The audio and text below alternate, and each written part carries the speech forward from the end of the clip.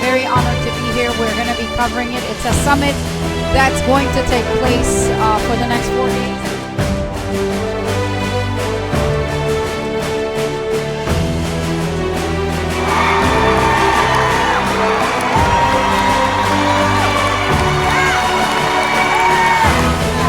Thank you, America First! Thank you, Stop the Steal!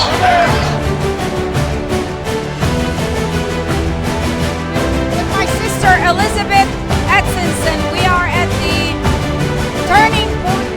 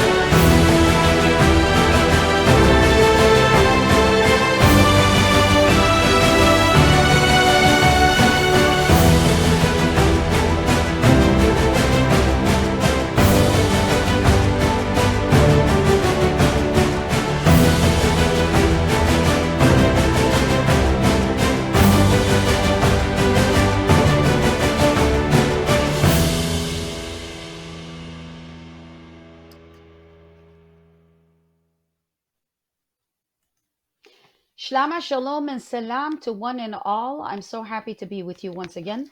Thank you for tuning in to the Mona K Show. I am your host, Mona K. Oshana. I'm so glad you are with us. And for those of you that are tuning in for the first time, the three words that I started this program with means peace. They are the three Semitic words, shalom, salam, shlama, or vice versa, shlama, shalom, salam, however you want to say them. They are all meaning one thing, shlama, meaning peace. Peace be upon all of you. I'm so glad you are with us. For those of you that have been with us for the past 7 years, we just celebrated 7 years of our broadcasting last September. Thank you so much for returning and for following and for sharing and being with us and supporting us. For those of you that are here for the first time, welcome, welcome, welcome. We hope that you come back after you listen to hear our viewpoint, which we hope that it's a viewpoint that is unique. And this is why we have launched this program 7 years ago, because we saw a need, we saw a gap in, of course, our mainstream media that covers what it wants and wants to give the information, collective information, as they say. Even though we are living in an age of overload information, to think that the media is not reporting what they need to. Surprise, surprise. So here we are, a small town in Arizona, program that we launched so that we can give you a perspective that perhaps is a little bit unique.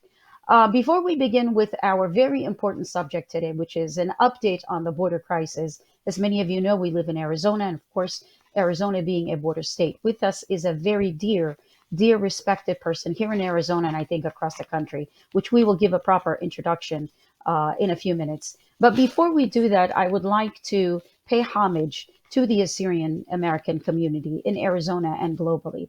To begin this program, I want to share an honorable recognition that was bestowed upon me, but it was on behalf of all of the Assyrian American community of Arizona for our hard work and our dedication to do our civic duty as constituents, as citizens of this country, and of course, constituents of this state.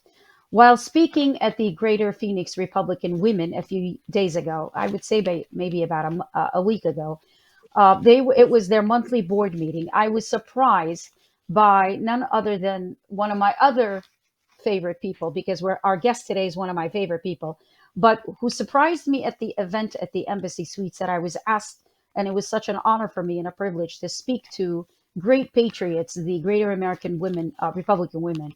None other than Director Barry Wong.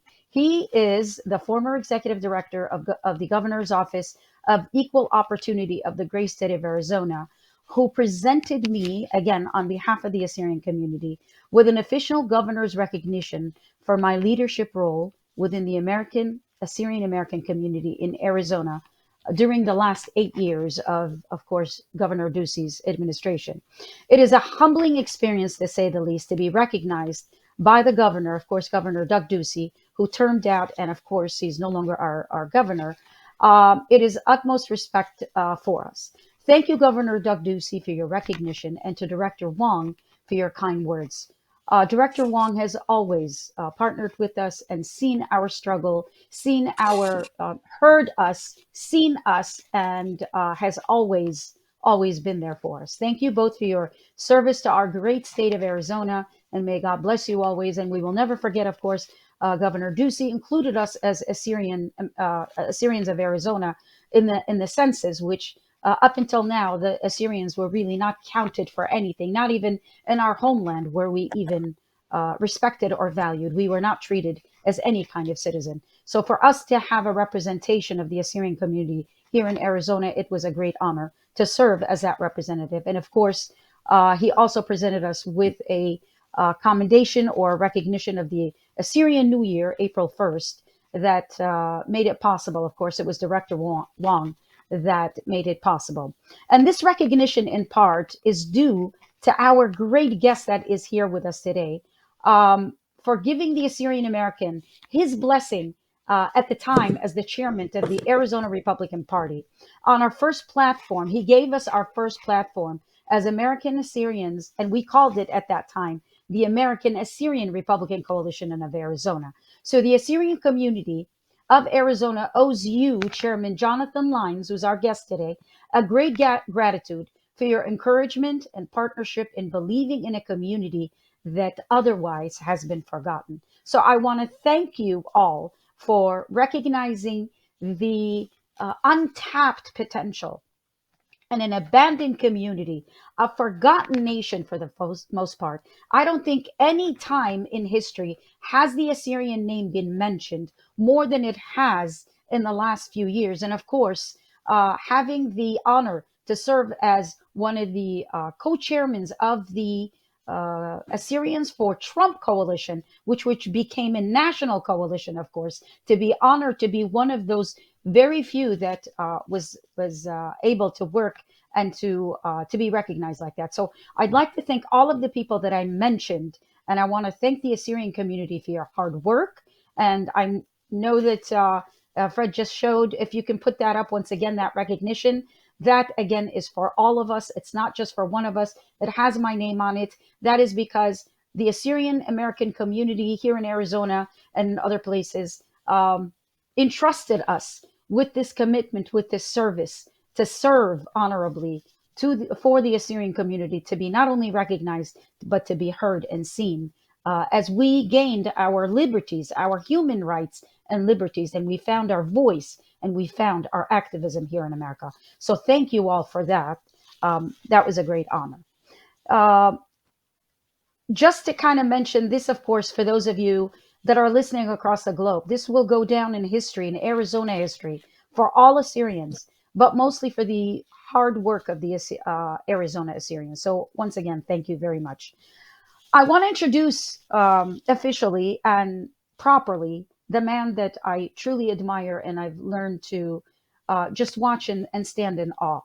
A man by the name of Jonathan Lyons, a man who says service is not just a hobby for him, but it is truly his life. And there is no one that has witnessed that up close than I have. Jonathan Lyons was raised in Yuma, Arizona. So his hometown is Yuma, Arizona, of course. And his family has been here since the 1930s. He's an American businessman. He's the general manager of Lyons and Lundgren Roofing, a business that was started by his grandfather in the 1940s. Jonathan is married to the beautiful and strong woman, Rosalie, my sister Rosalie, and he has 11 children. Jonathan credits his family as the fuel for his success and commitment with roots in Arizona dating back to the 1880s. Today, he carries that vibrant passion and commitment his ancestors had for this desert region, along with his wife, Rosalie, and their 11 children, 8 boys and 3 children, and 3 girls. Jonathan, how many grandkids so far? Uh, so far we're at 6, and we've got 3 in the oven right now. So we're by summertime I should have 8. Mona, and thank you for Unbelievable. your kind words. Very, very, Oh, I'm very, not very done. kind. I'm not Oh my done. heavens! All right. I'm not done. I told you I was going to compress this, but you know what? This does not do you justice. He's a member of the Church of the Jesus Christ of Latter-day Saints. He's the chairman. I call him Chairman Lyons, is a Yuma County Supervisor. And I know him, and I'm going to be referring to him throughout the program, Arizona Republican Legislative Victory Fund that I have the honor of serving under. And of course, he was the one that arranged our last, and I hope it's not going to be the last Yuma border crossing that we were able to report on. No, He's the former. Go ahead. no. I was just going to say no. As many as as often as you want to come, you're always welcome. Yes. And of course, when I mentioned the previous platform that you blessed us with, that gave us the bigger platform, you were the former chairman of the Arizona Republican Party, but of course, you're very active. Jonathan has received several community awards. And of course, this introduction does nothing, no justice, nothing for his credentials, his background, his service. But here we are. We have to start the program. So, welcome to the program, Chairman Lyons. Thank you very much, Mona. I am very happy to be with you here this evening, and I'm honored to have worked alongside you in such a great cause. And I want to thank you for your service and your dedication, and specifically to your community, because you're a great representative. And I've come to love and treasure my friendships there. Well, thank you so much. And I value and I truly honor our friendship as well. And just again, to reiterate, we can do nothing without the group, the teamwork that we have with all of the Syrian Americans, and of course, many of the minority coalition groups that I have befriended and I've become sisters and brothers with. So we would be nothing without them. We are just rubbing off of each other to be able to learn from each other and to grow and to be Yep. able to be better citizens for this country. Amen. It's a big tent, Yeah, and we need as many people working alongside of, us as we ab- can. absolutely. Now, I know you are so versed and you are so broad in your knowledge of what's going on here in America, but there are, and there is much that I can talk to you about, but I would like to focus on one issue that I know that you are in charge of, and I know you've taken the burden, and I watched you personally when we went to the border, how hard and how serious you take this. I want to talk about a subject that's of course, a concern for the country, but very dear and close to our hearts, hitting us home here at Arizona. Everybody knows the border issue. We've seen and heard what's going on the news, but we are living in a time where we're living in Arizona, for God's sake. So we said to ourselves, why not go and witness it for ourselves? And that's exactly what we did. We traveled to the border. And thanks to you, you arranged it so that we could come there and report from there. And of course, we were lucky enough, and we didn't even know this, that Congressman Andy Biggs was there. So we got to interview you and him, of course, um, at the same time. Now, what we witnessed watching the migrants come in from all over the world, cross over our sovereign territory, with the assurance, with their assurance of being taken in, was beyond belief. It was more. It's an understatement to say that it was a shock to watch how overwhelming our emotions got, to the point where we couldn't help ourselves. But I mean, to see it on the news is one thing, Chairman, but to see it in person, and you see this every day. I mean, just to Yeah. get your short perspective as to what you go through every day, watching what you watch every single day. I feel like it's a tragedy to watch this invasion coming across our border unchecked. And I'm not necessarily as concerned with, the people that give themselves up. Those people are just the distraction for the people who are coming across undetected. They are called the getaways. And for the narcotics coming across our border, those are the real concerns. But just the basic lawlessness that exists there on the border, where people believe that they have been encouraged by this administration to come, and they are sidestepping those people who have sacrificed to immigrate here legally and correctly, living and fulfilling the measure of the law. So I'm concerned about that, and creating that sense of anarchy on the border, which I feel is something that we see every day. As legal immigrants, we went out there to kind of get a perspective as to how we would feel having the background that we have, having escaped brutal dictatorships and coming here. It was truly overwhelming to watch our great country appear so weak and compromising, unable to enforce it. I want to say unable, but it's almost like I want to say unwilling to enforce the laws of our great country that are on the books. Yeah. We couldn't help but ask, when did the law? And I'm gonna go kind of through a few questions that came into our heads, and I know that all lead to one type of answer. When did the law become secondary? When did America become so yielding to the pressures and influences of the outside world? Um, and we know the only winners in this chaotic situation are those who stand to profit from the exploitation of the desperate circumstances from both ends. It was amazing. It was amazing to watch our law being broken in pure sight. What is Yeah. going on? So it's tragic. These people are being taken advantage of by the cartels. We are not actually in control of our border. Our borders are in control and being controlled by the cartels, who charge these people between 6 and 15,000, depending upon their country of origin, to come across, and then they're sponsored here by the cartels.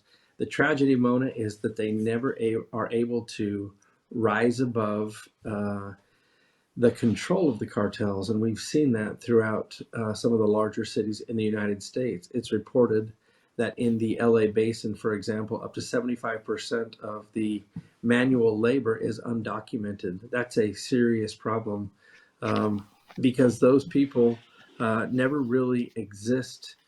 They're never really part of the fabric of the community, other than living below that law and being kept in check by the cartels. And then the horrors of trafficking, uh, where you have the sex trafficking, where you have some of the other uh, dangerous and illicit activities happening and are being sponsored by the cartels, and some of these people being pushed into that type of lifestyle. It is tragic. We have seen a rise locally like we have never seen before, of people who have come forward saying that they have been trafficked. And I am hoping that law enforcement is able to find those who are in need of that help and get them out of there, and rescue them, and help them to turn their lives around. But we are told horror stories of people selling off their children in some of these countries, and then coming here as unaccompanied minors. That number is still tragically large, as these children are being trafficked as well. Yeah, and it's amazing to me that they're being called to come. I mean, they wouldn't come unless, of course, they were called upon to say, "Come right in." You saw in that first wave people wearing those shirts saying "Thank you, President Biden," right? Wow. Yes, I They did. felt And as those if, pictures, and those pictures, by the way, they're not anybody's. This was us taking them. And when I look at those pictures seriously, I feel like I'm looking at them on another network or someone else's pictures, credits to someone else. But those are live pictures that you see on TV. And here we are on site taking these pictures. yeah, it's surreal to experience it, and then for it to go on a daily basis. And then while Border Patrol, just so that people understand, it's tragic that these people are being oftentimes coerced by the cartels. But while Border Patrol is busy processing these individuals, for example, in Yuma, we have an average of 1,000 a day. Each one of those people requires about an hour and 15 minutes to be processed. And with Wow. 1,000, I'm sorry, with 800 Border Patrol agents here in Yuma, that requires every single person to be processing at least one person a day. But Wow. the reality is that we have more than that coming across. While Border Patrol is supposed to be focused on national security and border security, they're simply babysitting and processing. So the cartels are able to take advantage of that situation and push the narcotics, specifically fentanyl, because it's so inexpensive to manufacture and to push across our western border. So Yeah, these people oftentimes are just a distraction, Mona. they are. They really are. But I let's kind of talk about. I always love to say, for us to hold ourselves accountable first, to look in the man in the mirror. And I don't want to say that the people coming in have no fault. Of course, they are coming in illegally, but are they really at fault when we have an administration that is not enforcing the laws on the books? Is our government enabling lawbreakers, or in it 100%. basically enabling or encouraging the law to be broken? Absolutely. This is not the immigration process, right? We have established laws on the books for people to immigrate. And you know, and I know people, Mona, that have applied to become US citizens. And it is a stressful process, taking up to 10 years for people to achieve that status. These people coming across feel as if they've been emboldened by this current administration with a failure to protect our borders. They believe that simply providing more people to process is actually helping us here along the border, but it's not. And there are so many other compounded effects from this illegal crossing into our countries that has Yes. an effect on the people here in Yuma community and then in the rest of Arizona as well. Yeah.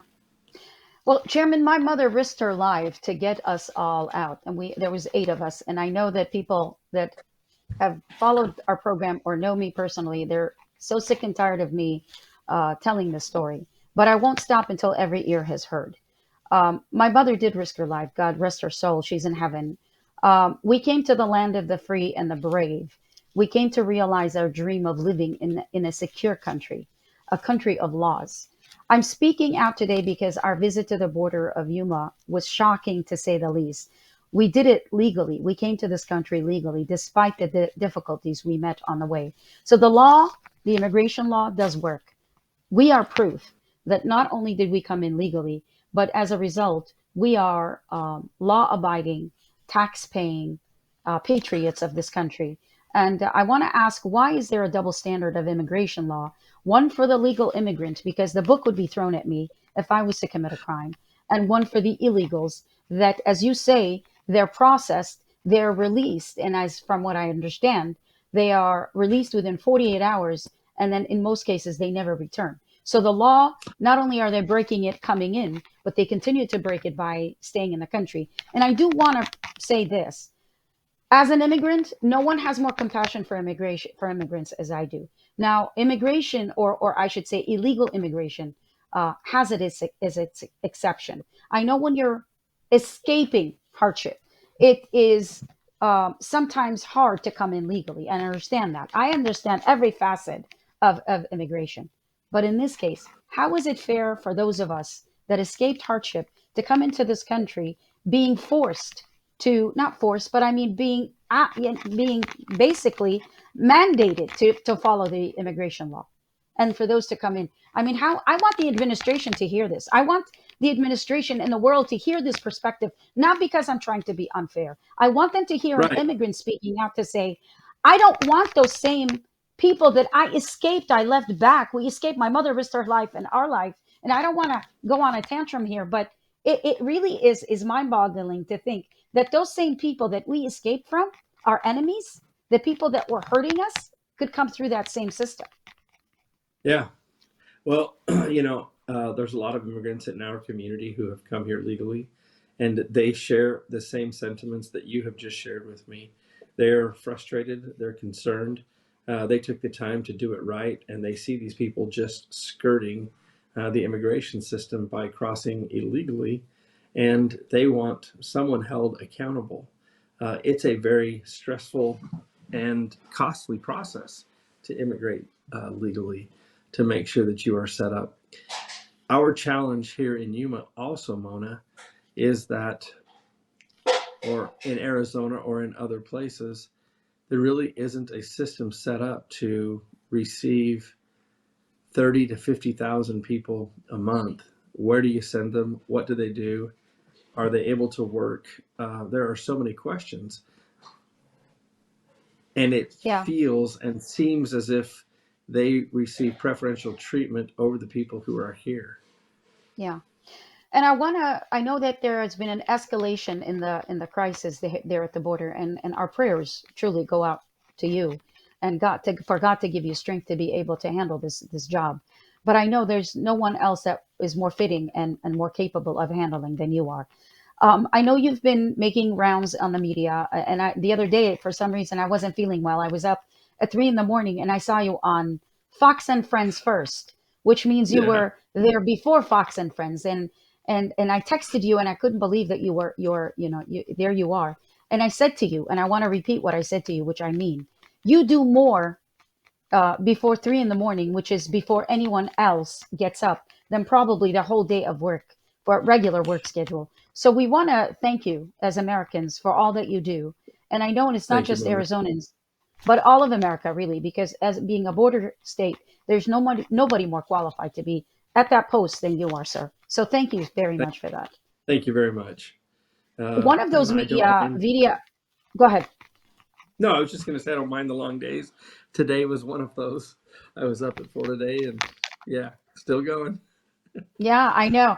I want to actually show one of your interviews that you did with Newsmax, Okay. and we have the video clip to go ahead and show that so that the people can see the kind of circumstances you are actually handling.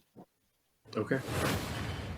Overwhelmed and underfunded, Yuma, Arizona is on the verge of collapse. County Supervisor Jonathan Lyons says that nearly 6,000 illegals are crossing every week into the city. And this is a city that has less than 100,000 residents. Of those, 1,000 to 2,000 escape every single week. Now, the small southwestern city in Arizona is currently ranked third behind Del Rio and El Paso, Texas, for migrant apprehensions.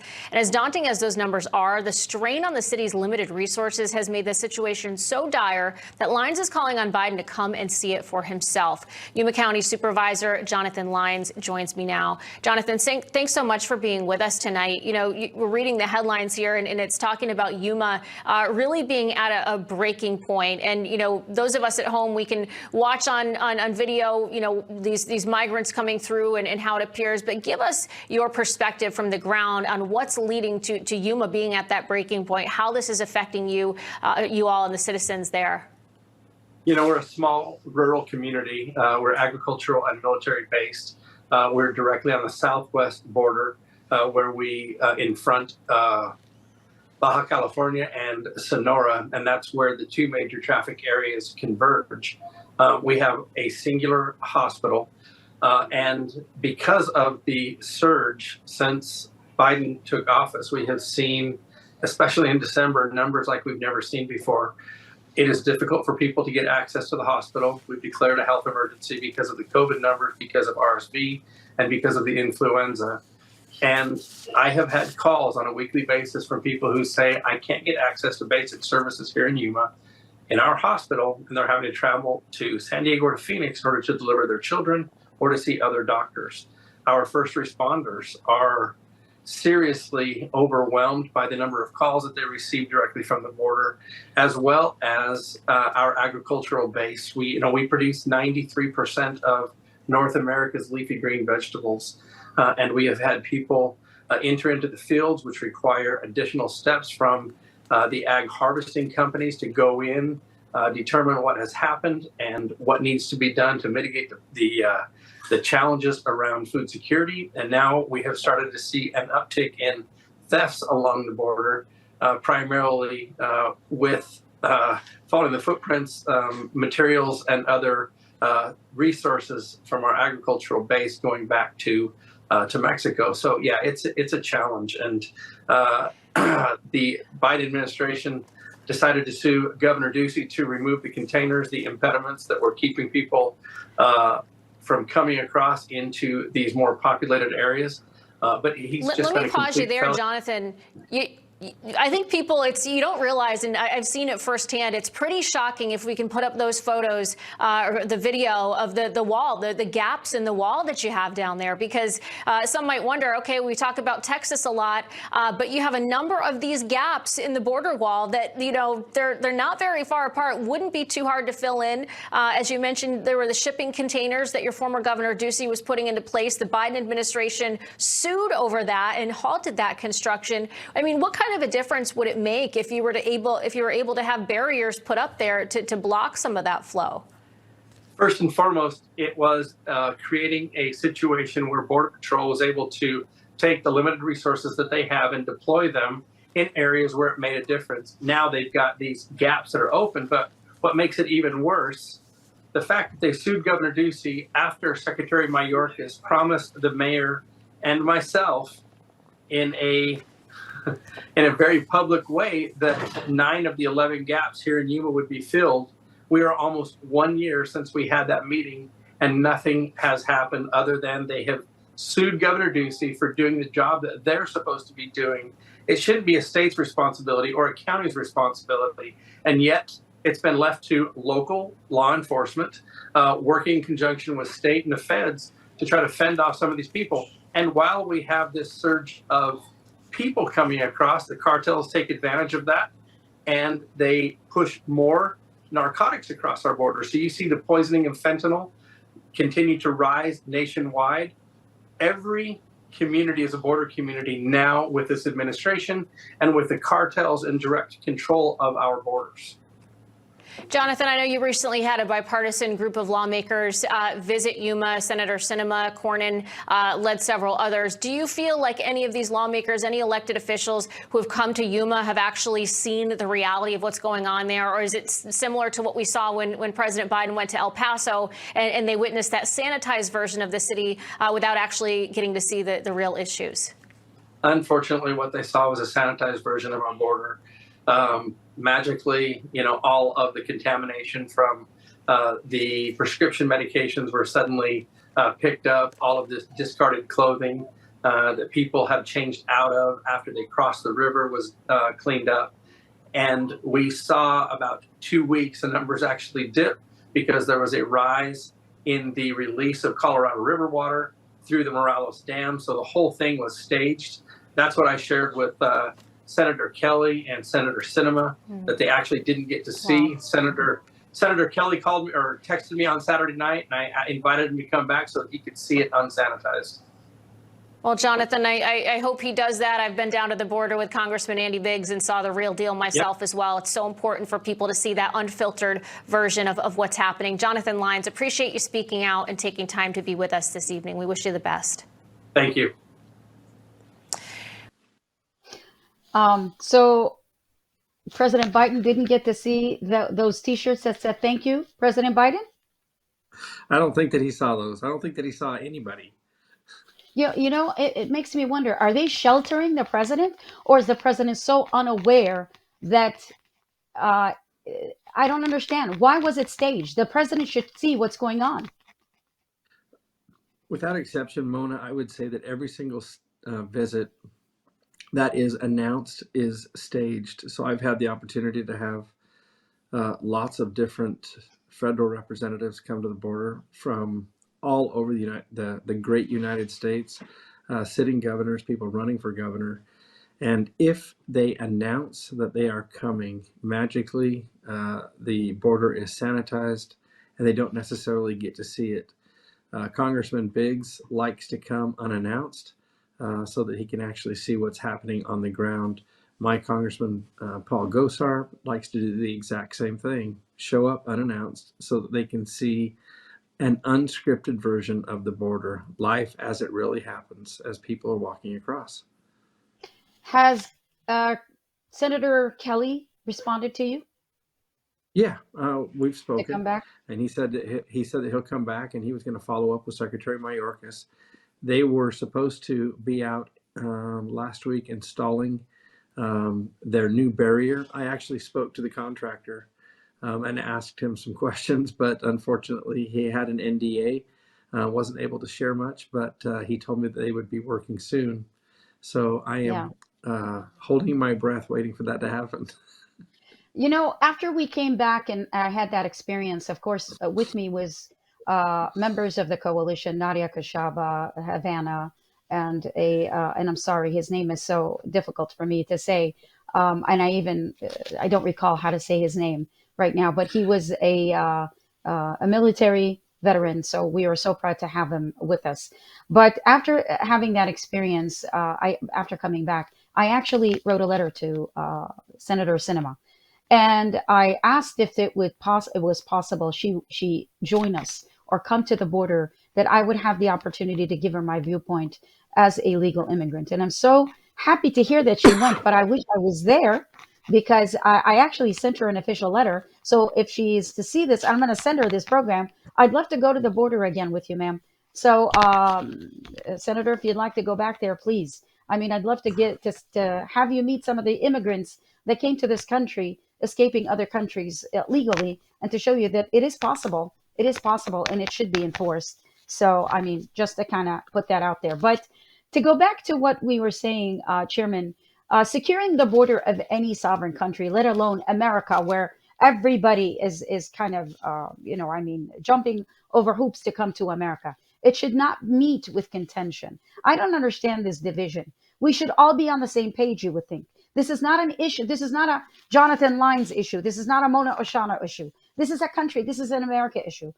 We should not divide us. If anything, we should be on the same page. What is going on that something so unbiased, something so it should that should bring all of us together, which is the border of our country, is separating us and dividing us? What is going on there? I don't understand it. I don't. I don't know what the motivation might be. Uh, it's extremely critical, and I believe that's one of the reasons that Senator Sinema and others have spoken up and decided in a bipartisan way that enough is enough. They see the poisoning through fentanyl and the other narcotics coming across, and they've decided once and for all that they want to do something and that they are going to work in a bipartisan way. I hope that is what actually happens. I was contacted by the Judiciary Committee today, and they are very interested through Jim Jordan as the leader to come and Mm-hmm. take a look at the border and see it firsthand. It's something that Biggs and Gosar have shared with them over and over again.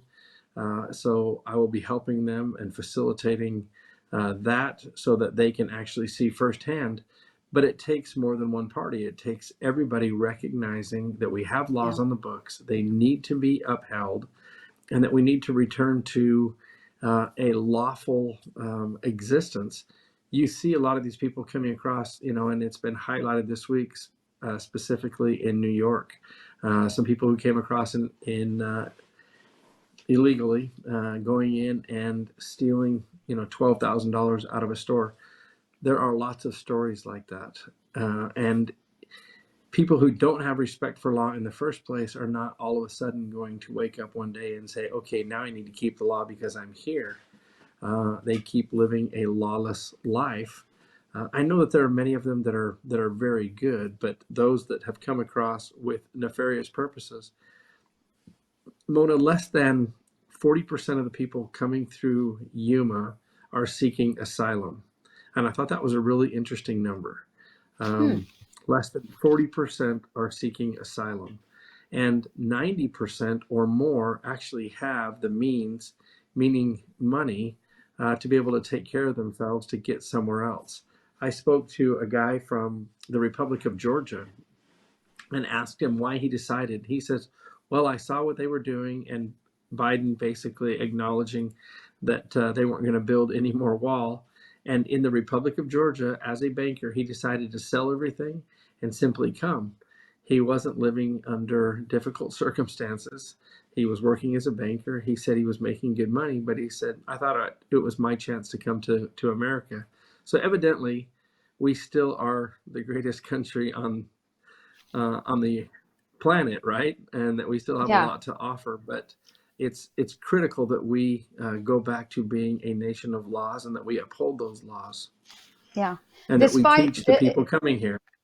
Yeah, and despite the grievances of our own within the country, complaining about America being racist and being this and that, They still want to be here. and a hateful country, and yeah, and so I wonder why the rest of the world wants to be here. So You know, it's it's still jumping interesting, hoops. Mona. It's interesting, Mona, talking to Border Patrol. They even acknowledge how well, basically, that Yuma has a 5-star rating on Yelp for the way that people are treated when they cross the border. So Wow. uh, we do an amazing job of taking care of people who are in dire need of Yeah. assistance. Border Patrol does an amazing job. Nobody is mistreated. And I think that's, it speaks to the caliber of people who we have who put on the uniform, Yeah. who are out on the front lines. And I'm very appreciative of them for their dedication.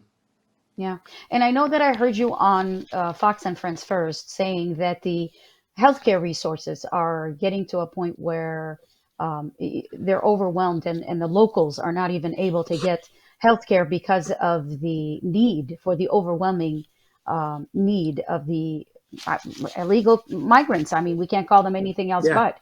I mean, so the local, people of Yuma are not able to get their healthcare, and I heard you talk about that a little bit, please.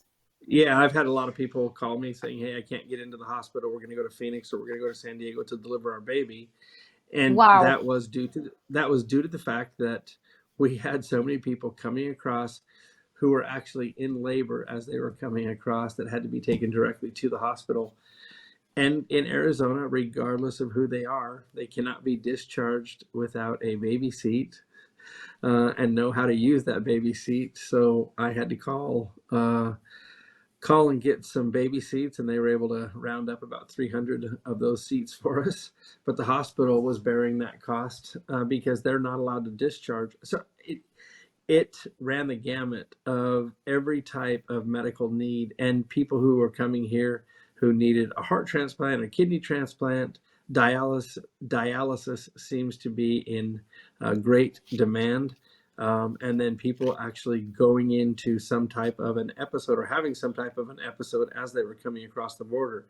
Over the last 3 weeks, I've been down there 4 times, 5 times, and every single time that I've been down there, um, the emergency services have had to be there to take care of somebody coming across who was having some type of an episode or a seizure or needing immediate medical attention.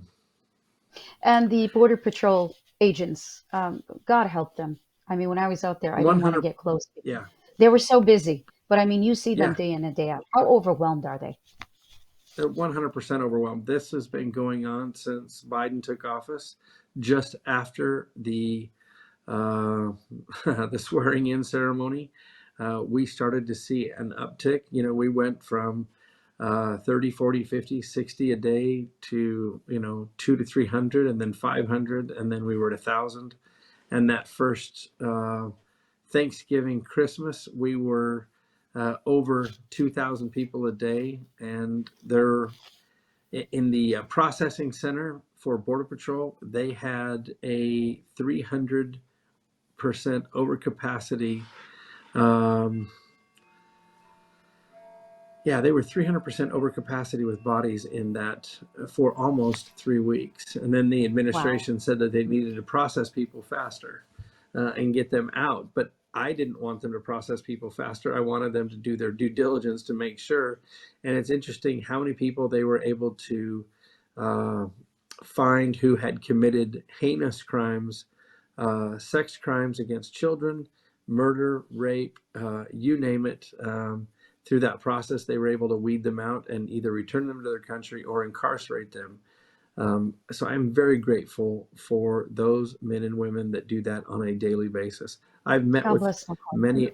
I've met with many of them, but they're discouraged because they signed up to do national security and border security. They didn't sign up to just process people day in and day out, and they have had to bring in specialists to help them, to counsel with them in order to keep doing their job. So they are overwhelmed. Yeah. They're there to enforce the law, and the law is not being enforced, and they're seeing their country go to the wayside. And it is Yes. frustrating, I'm sure, for someone, and it's not just about the pay. You're getting a job. This is something. It's almost to the point where they are serving their country in that way, even though they're getting paid. I know they're getting a salary, but you have to Yep. have a high level of compassion for this kind of work to be able to see this need and to be able to work through it. It's like I can't work at a hospital because I can't see blood. And so for doctors, I truly commend them for doctors to be able to work in an emergency room. And same with you and these Border Patrol agents. Truly, you are serving a need in our country that not many, can actually do. So our thoughts, our prayers, of course, our support goes out to you. And I wanted us to kind of get an idea, give our viewers an idea of the containers. Now, there is what they call the Trump wall, the wall that was, built that wall when everybody was screaming during the campaign. Now, the wall, of course, in part was built, and in between there were gaps, and these gaps were Yep. filled by what you mentioned earlier, the containers stacked one on top of the other. I think was two at a time by our former governor, Doug Ducey. I don't know if we can show those pictures, Fred, but we took some pictures when we were out there of these containers. And this is the gap that is right now. So, and then we'll see if we can get a picture of when the containers were there. This is what the gap looks like. Now, I know what the answer is, but just to kind of, as they say, to officially hear, is the surge due, the surge that you are witnessing, due to the fact that there are gaps in the wall right now? Yes, 100%. But it's also due to the fact that, again, the laws are not being upheld, and people Yeah, believe that it's a there they free go. for all. Yeah, Yeah. there you go. And so those are not there Th- now, and I have witnessed Oh, people coming across there on a daily basis. wow. Wow. It just Yeah, boggles my it's mind to see tragic. it. Yeah, it's tragic. It really is. I And want to and see one those other country. What other country allows this to happen? And no if no other one is country, really, yeah, no other country no, does that. no other country allows this, and you have to maintain your borders and you have to maintain national security. Again, you look at I look at fentanyl as one example. The chemicals are from China and they're coming into Mexico delivered to the cartels. Cartels are processing it and they're poisoning our youth.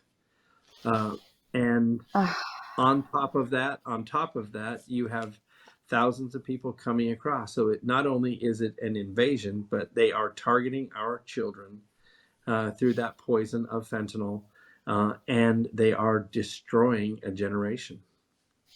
no one knows that One of my wife's better than assistants, one of my wife's Nobody assistants knows left that our better home, Mona. than we do, because of the fact that my best friend, I'm sorry, I didn't mean to cut you off, but I It's get okay. emotional when I think about it. When you say fentanyl, my best friend's only son died a few years ago, who was like a son to me. He was like, a son in this house, one of my brothers to my sons, and he died of an overdose. And so his mother, if someone could just look at her and see how the joy and the laughter that she used to have is all gone. She's never going to be the same, and no one can explain why her son was taken away.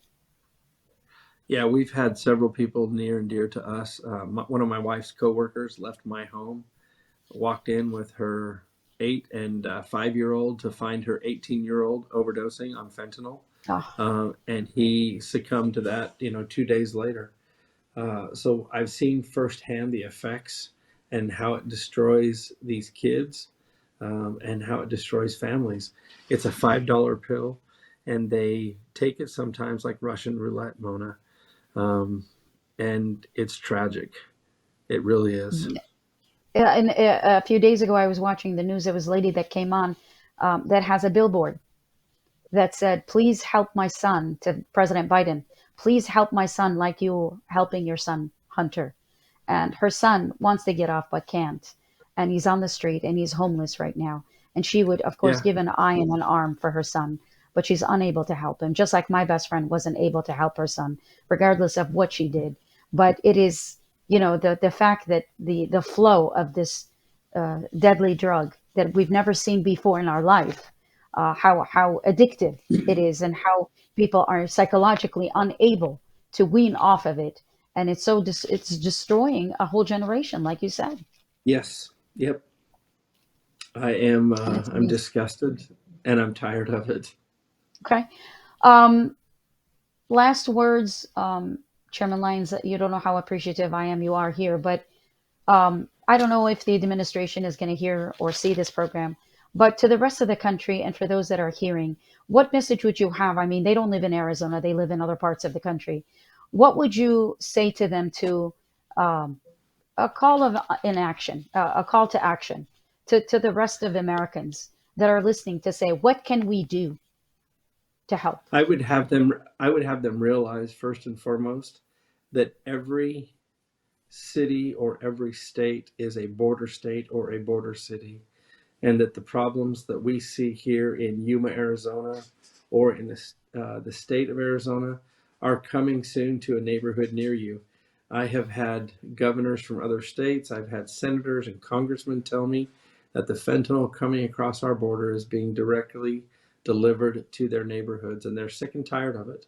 And we as Americans need to demand that our borders are maintained, and that the federal administration, the Biden administration, do its job to keep our borders secure. They've made the commitment. Now they just need to do it. Yeah, they really need to do it. I want to thank you, Chairman Lyons, for your commitment, for your dedication, for your hard work, for everything that you're doing. There is nothing, no amount of money, no amount of appreciation that will do justice for the amount of work that you and all of the. And I do want to thank also Congressman Andy Biggs. I met him at the border. How he showed up, I didn't even know he was going to be there. And of course, as you mentioned, Congressman Andy Biggs and all of the officials in Washington, all of Congress, all of the senators that are working. And I know that both Senators Sinema and Kelly both care because they're Arizonans, and we appeal to them as well to look at the constituents, look at the state, look at the country, and for God's sake, and for our country's unity, to do something about it, to stand up and unite for God's sake, and to stand together on this, because this is a point where we can all come together, despite this civil unrest in our country, and this disagreement, really, and division that's going on in our country. This is one point that we can unite on. So thank you very Yes, much. very We welcome. appreciate you. Thank you for shining a light on it, Mona. I appreciate it. You're very welcome. I don't know if you want to stay on as we talk about this other story that we've got coming up, Chairman, but it's up to you. But we want to thank you once again. We want Thank you to very much. actually, thank you. We want to move forward to a story that hit us hard, truly, here in Arizona, and we want to shed some light on it as well. We have a young lady that is suffering from cancer. Her name is, and I'm going to have to put my glasses on, Annette.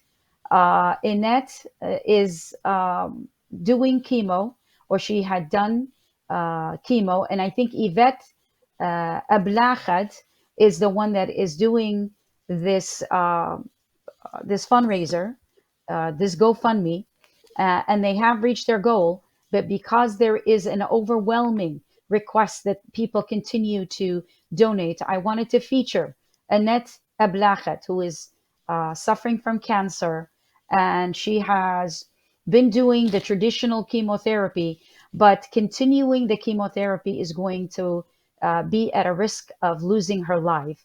She is less than 80 pounds, and the toxicity of chemotherapy is not going to work anymore. So her family and herself are seeking alternative medicine to try to see if they can find some alternative way of treating this cancer. And they, I believe, have found someone or some kind of medication or some institute or some facility in Texas. However, because they are doing this on their own, they are not going to be able to have their insurance. The insurance is not going to cover it. And you know it's going to be out of pocket. And from what we understand from the post, from the GoFundMe post, that it was going to cost above $100,000. Now, I see that the that the goal has been met. They are at least or a little over 110,000. But again, they had closed it at $100,000, which is exactly what they had asked for. But at the demand of the public that had seen this and said, please open it up, because there were so many compassionate people that were actually wanting to donate. They have gone on, and we are at a little over $10,000 over the goal. But so if you find it in your heart, so if God lays it on your heart, no amount is too little. So we can kind of see a success story or maybe a praise report that we can give you, because I'm going to continue to follow this story until we can give you a praise report. Praise God, and stand in agreement to believe that Annette will in fact receive complete healing in the name of Jesus. Everybody say amen, please. Amen. And yeah, thank you, Chairman. So hopefully we will do that. And I believe, and I'm on another page right now, but let me see if there's the QR code, there's the barcode for those of you that are interested in donating. You can just put your phone, your camera phone, open up your camera and put it on that QR code, and it'll directly take you to that GoFundMe page, and you can, God bless you for whatever amount. And for those of you that are unable to donate, my God, your prayers are just as if not stronger than anything. Because when we bow on our knees, and I remember one time when President George W. Bush was in office, a person I heard say, there is no better leader than to have someone in the White House start the day on his knees. So let's get on our knees for Annette, everybody. Let's stand in agreement. Let's perform a miracle and come together in faith for Annette Amen. and her family. So thank you very much for all of you for listening. I get emotional, of course, and there's the Mona tears coming down. But thank you for being with us. And I know you've got great faith, and you believe, and you stand in great faith, Chairman Lyons. And so I want to thank you for being with us and standing in agreement with us. My pleasure. And not only praying for Annette, but of course praying for our country as well. Absolutely. Thank you very much for everything you do, Mona. I am grateful to stand with you. Thank you so much. And thank you for watching the Mona K Show. Until the next episode, we thank you. God bless you, and shlama. Our club here for a while. He's a former state legislator and a former LD24 chair, correct? Yes, Okay. yes, ma'am. So he has something to say, and here we go. Thank you, Madam Chair. Good evening. Ladies and gentlemen. It's an honor for me to be back again at this wonderful club with a long history, and one of the longest history of all the Federation of Republican Women's Club in Arizona. So I want to have this opportunity to present a message from now former Governor Doug Ducey. I had the honor of working for him for the past nearly 8 years of his two-term administration as Executive Director of the Governor's Office of Equal Opportunity. And Governor Ducey issued some letters within the last 2 weeks before the end of his term, and I wanted to present this especially to our friend Mona. Would you join me on stage?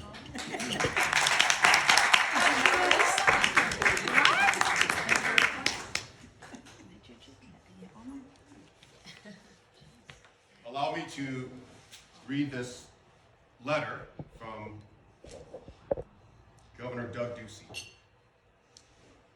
Dear Mona, during my 8 years in office, much has been accomplished positioning the state of Arizona as a great place to live, work, start and grow a business, raise a family, get an education, and retire. Furthermore, one of my guiding principles in governing has been opportunity for all, which provides opportunities to succeed for Arizonans of all backgrounds, ethnicities, cultures, and experiences. Diversity is a hallmark of Arizona and reflects the peoples of Arizona. Your leadership in the Assyrian American community is deeply appreciated. Further, your efforts promoting civic engagement, including understanding our system of government, the importance of voting, the value of community service, and creating economic opportunities in the state, have all contributed to my goal of leaving Arizona better than we found it. Your service to the community has been invaluable. Thank you for all you do. Best wishes as you continue in your service. Sincerely, Douglas A. Busey, Governor of the State of Arizona.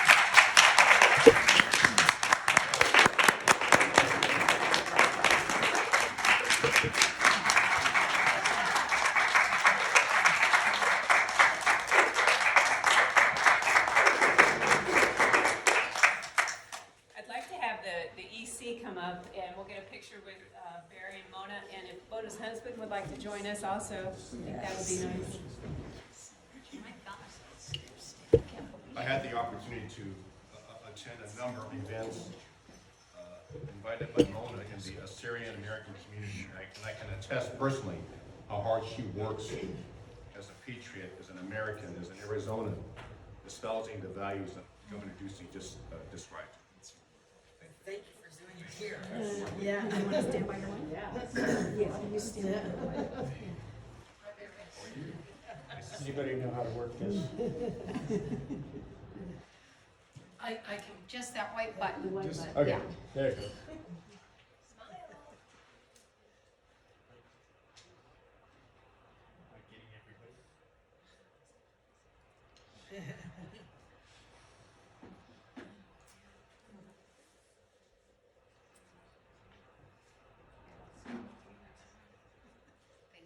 Thank you again. Congratulations, Mona.